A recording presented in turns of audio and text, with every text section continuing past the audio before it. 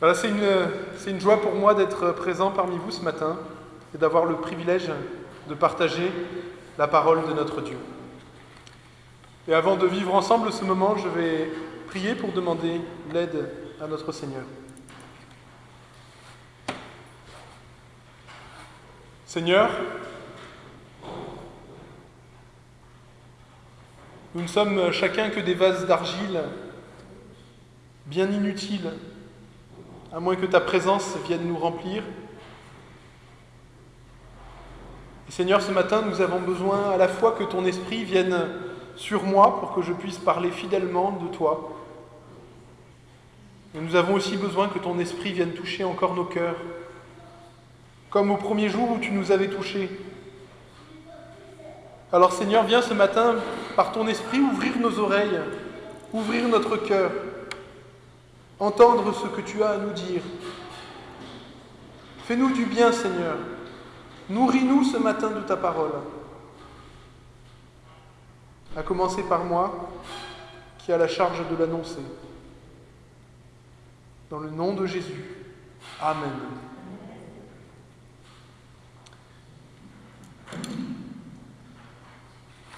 Alors, contrairement aux idées reçues, le saucisson corse n'est pas à la viande d'âne. Demandez à un Corse pour voir. Il vous dira que vous êtes fou. On ne mange pas d'âne en Corse. Déjà parce que c'est un animal sympathique et noble qu'on ne mange pas. C'est un animal, un compagnon de travail. On ne mange pas les compagnons de travail. Mais aussi et surtout, disent les Corses, il ne faut pas manger d'âne, parce qu'on finit toujours par ressembler à ce qu'on mange. Donc si vous ne voulez pas ressembler à un âne, ne mangez pas d'âne. Évidemment, ce n'est là qu'une image. On ne finit pas toujours par ressembler exactement à ce qu'on mange. Mais il y a quand même une sagesse ou un principe qui est derrière. Imaginez une seconde que le Seigneur Jésus nous ait donné une nourriture qui ne serve pas à nous rendre un peu plus comme des ânes, mais qui serait faite pour que nous commencions à lui ressembler de plus en plus à lui. Imaginez que ce soit le cas. Si je vous raconte cela, c'est parce que nous continuons notre série de prédications sur l'évangile de Jean. Il y a 2 semaines, lorsque j'avais eu la grâce de prêcher, nous en étions au chapitre 5. Et maintenant, nous passons au chapitre 6. Cela se déroule juste après l'épisode dit de la multiplication des pains. Jésus entre en débat avec des Juifs plutôt pharisiens. Voici le texte, Jean chapitre 6, versets 47 à 58, pour ceux qui veulent suivre sur leur Bible. Jean chapitre 6, versets 47 à 58. En vérité, je vous le dis, dit le Seigneur, celui qui croit en moi a la vie éternelle. Je suis le pain de vie. Vos ancêtres ont mangé la manne dans le désert, et ils sont morts. Mais voici comment est le pain qui descend du ciel. Celui qui en mange ne mourra pas. Je suis le pain vivant descendu du ciel. Si quelqu'un mange de ce pain, il vivra éternellement.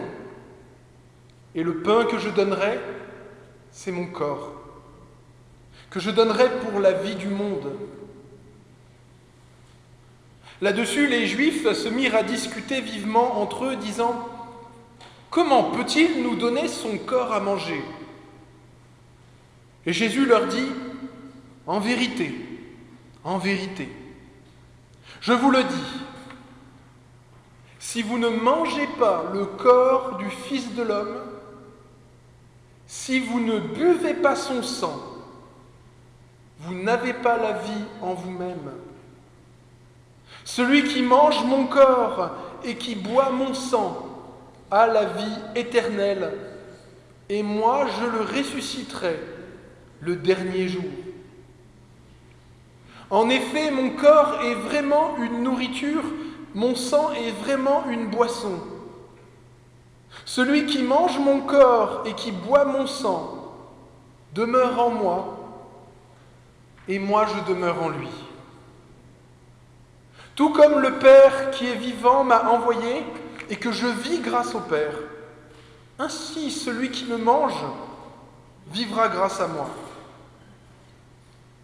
Voilà comment est le pain descendu du ciel. Il n'est pas comme la manne que vos ancêtres ont mangée. Eux sont morts. Mais celui qui mange de ce pain vivra éternellement. Voilà, jusque-là la lecture de la parole de Dieu.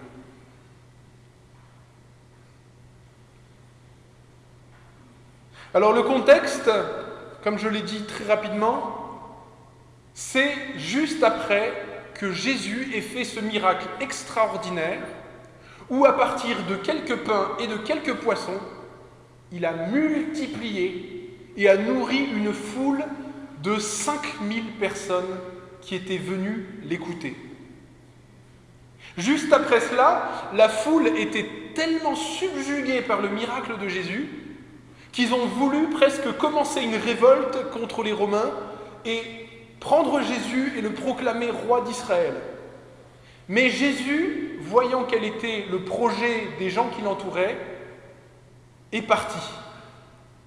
Et il est apparu auprès des disciples sur la mer alors que ceux-ci étaient dans une barque. Et ils ont débarqué de l'autre côté du lac. Certaines personnes qui étaient dans ces 5000 cherchaient Jésus. On peut les comprendre. Ils ont mangé gratuitement. Imaginez que vous puissiez trouver un type qui est comme un frigo qui marche et qui est toujours rempli. Alors peut-être que pour l'instant, nous, ça ne nous parle pas trop, parce que nos frigos sont déjà bien remplis. Mais à l'époque où l'on manquait facilement de nourriture, eh bien c'était une question incroyable. Un type pareil, on veut le suivre, on veut aller où il va. Alors lorsque une partie de ces gens retrouvent Jésus de l'autre côté du lac, leur première question, la première chose importante, c'est « C'était super il y a quelques jours quand il a multiplié la nourriture, est-ce qu'il y a moyen qu'il le refasse ?» Et vu que Jésus n'a pas l'air d'être motivé pour refaire le même miracle, alors ils essayent de le mettre au défi. Ils disent « Jésus, on veut bien croire en toi, mais est-ce que tu ne pourrais pas refaire le même miracle ? Parce que nos ancêtres ont eu à manger de la manne, et c'était régulier. Est-ce qu'on ne pourrait pas, nous, avoir aussi à nouveau des multiplications de pain un peu tous les jours ? Ça serait pratique. Ça nous permettrait de ne plus avoir à travailler. Peut-être même qu'on pourrait revendre une partie de ce pain. Ça nous ferait un peu d'argent. Mais Jésus est, je crois, peiné. Parce que il y a là devant lui quelque chose de propre à l'humanité, dans sa condition déchue, dans son éloignement des choses de Dieu. Ils n'ont pas perçu quelle était la valeur spirituelle du miracle que Jésus a réalisé au moment de la multiplication des pains. Alors, il utilise la référence que ces Juifs viennent de faire à l'histoire incroyable du peuple hébreu qui avait reçu, lorsqu'ils étaient sortis d'Égypte et qu'ils étaient dans le désert, une sorte de farine, de nourriture, de pain qu'il pleuvait du ciel tous les matins et pendant la nuit et que les gens pouvaient manger. La manne, on appelait ça. Et il retourne cela pour leur expliquer que celui qui fait vivre, c'est Dieu. Et plus exactement, celui qui fait vivre, c'est lui, Jésus. Et que le vrai problème, bien sûr, c'est un problème de manquer de nourriture. C'est exact. mais que la vie ne s'arrête pas au manger et au boire. C'était d'ailleurs la mise en garde que Dieu avait donnée au peuple hébreu. L'homme ne vivra pas de pain seulement, mais de toute parole qui sort de la bouche de Dieu. Et les Hébreux avaient mangé de la manne dans le désert. Ils avaient pourtant vu Dieu agir et faire des miracles. Mais malgré les miracles qu'ils avaient vus, leur cœur n'avait pas été changé, pas transformé. Malgré les miracles incroyables dont ils avaient été les témoins, ils n'avaient pas eu confiance en Dieu. Pour tout dire, le peuple, si on lit dans l'Ancien Testament, a continuellement maudit Dieu, dit du mal de Dieu, en disant « Dieu nous a fait sortir de l'esclavage pour nous faire mourir dans le désert. Dieu ne nous aime pas. Dieu est incapable de nous sauver. » Et continuellement, le peuple hébreu avait désobéi. Les commandements que nous avons entendus, ces 10 commandements, ils avaient désobéi à chacun des articles. Et c'est pourquoi toute une génération entière était morte dans le désert, sans rentrer dans le pays promis. Et ce que Jésus est en train de dire alors à ces gens qui viennent, c'est que toute cette histoire, elle vient parler aussi de lui.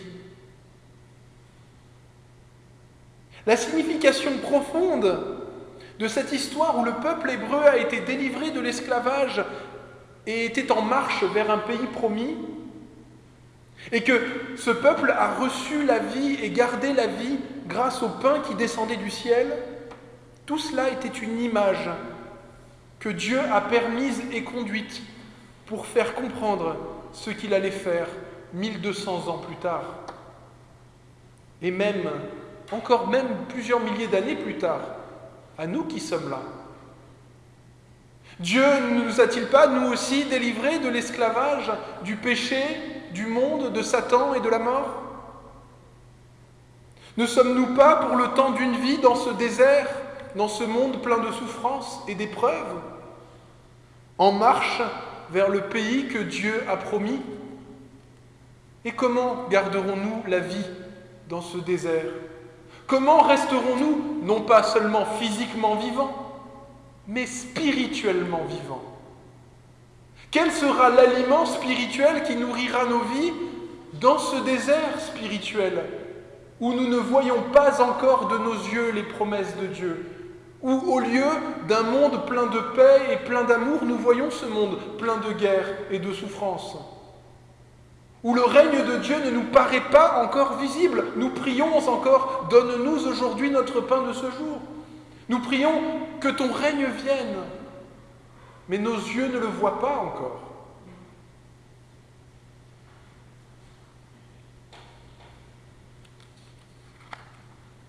Et Jésus adressait à ces Juifs, et je crois qu'il l'adresse aussi à l'Église, ce message qui est d'une importance capitale pour nos vies.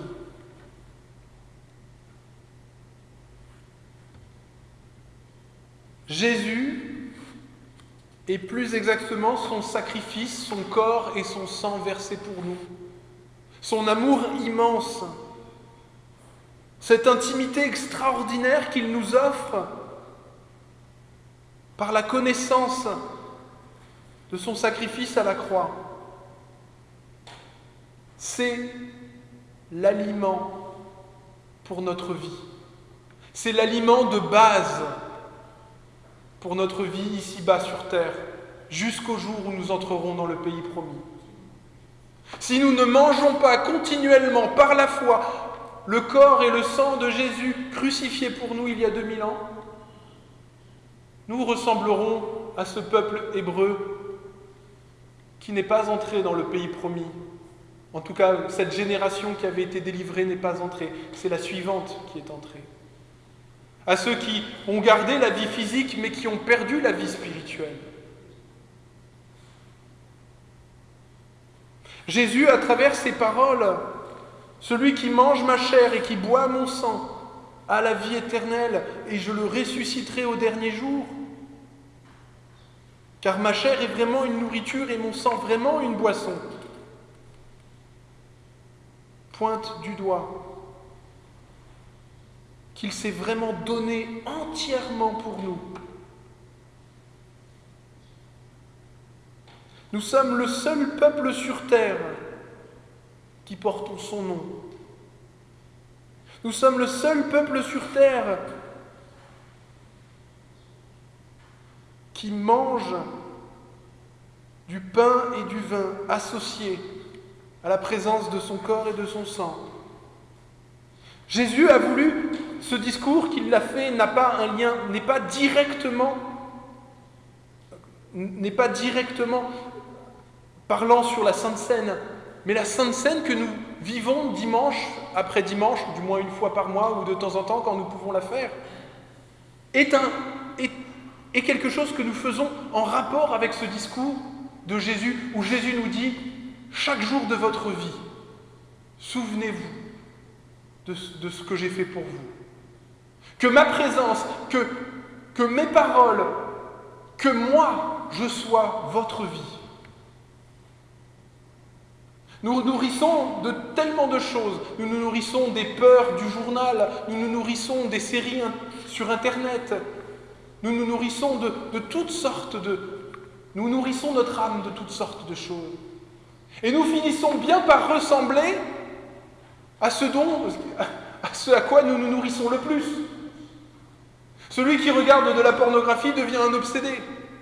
Celui qui est terrorisé en passant sa journée à regarder BFM TV devient un être terrorisé.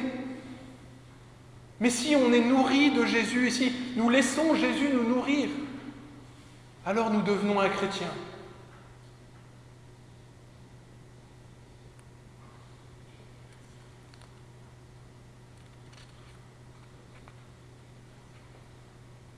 Et pour nous aider, le Seigneur nous donne ce que nous allons faire dans quelques minutes. Ce signe du partage du pain et du vin en son nom, où le Seigneur se donne à nous d'une autre façon. Il nous donne, je le crois, un peu de sa présence, d'une façon mystérieuse qui nous dépasse. Je ne crois pas que le pain cesse d'être du pain ou que le vin cesse d'être du vin. L'apôtre Paul dit, le pain que nous rompons n'est-il pas la communion au corps de notre Seigneur ? Mais d'une façon qu'aucune sagesse ou aucun concept philosophique humain ne peut pleinement expliquer, de façon surnaturelle, c'est bien au corps et au sang du Seigneur que nous avons communion. D'une façon qui dépasse notre sens. Jésus nous a assuré que lorsque nous partageons dans l'unité de la foi en lui, ces éléments qui nous rappellent son corps qui a été transpercé pour nos péchés et le sang qui a été versé pour nos fautes, alors il est vraiment présent. Sans que nous puissions vraiment le voir, mais il est présent.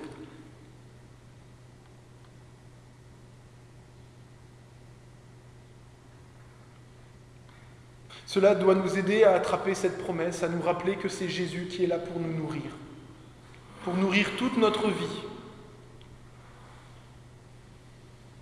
Christ est ma vie, pouvait dire l'apôtre Paul.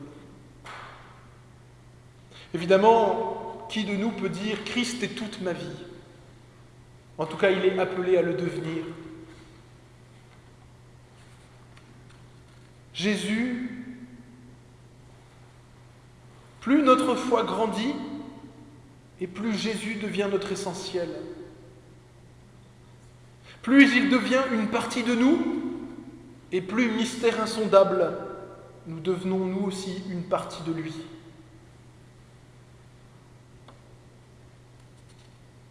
Alors nourrissons-nous des paroles de Jésus. Nourrissons-nous de sa prière, de sa présence dans nos temps de prière personnelle. Nourrissons-nous de sa présence en Église lorsque nous sommes ensemble. Nourrissons-nous de sa présence dans le face-à-face avec un frère ou une sœur dans la foi.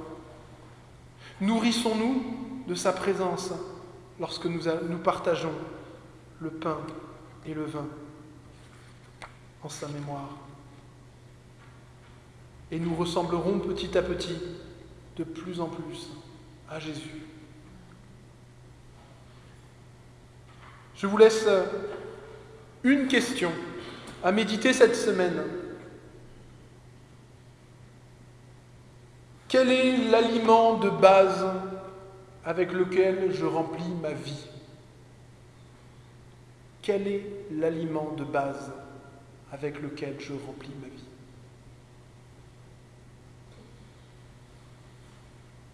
Et que le Seigneur fasse que cet aliment, ça devienne lui-même.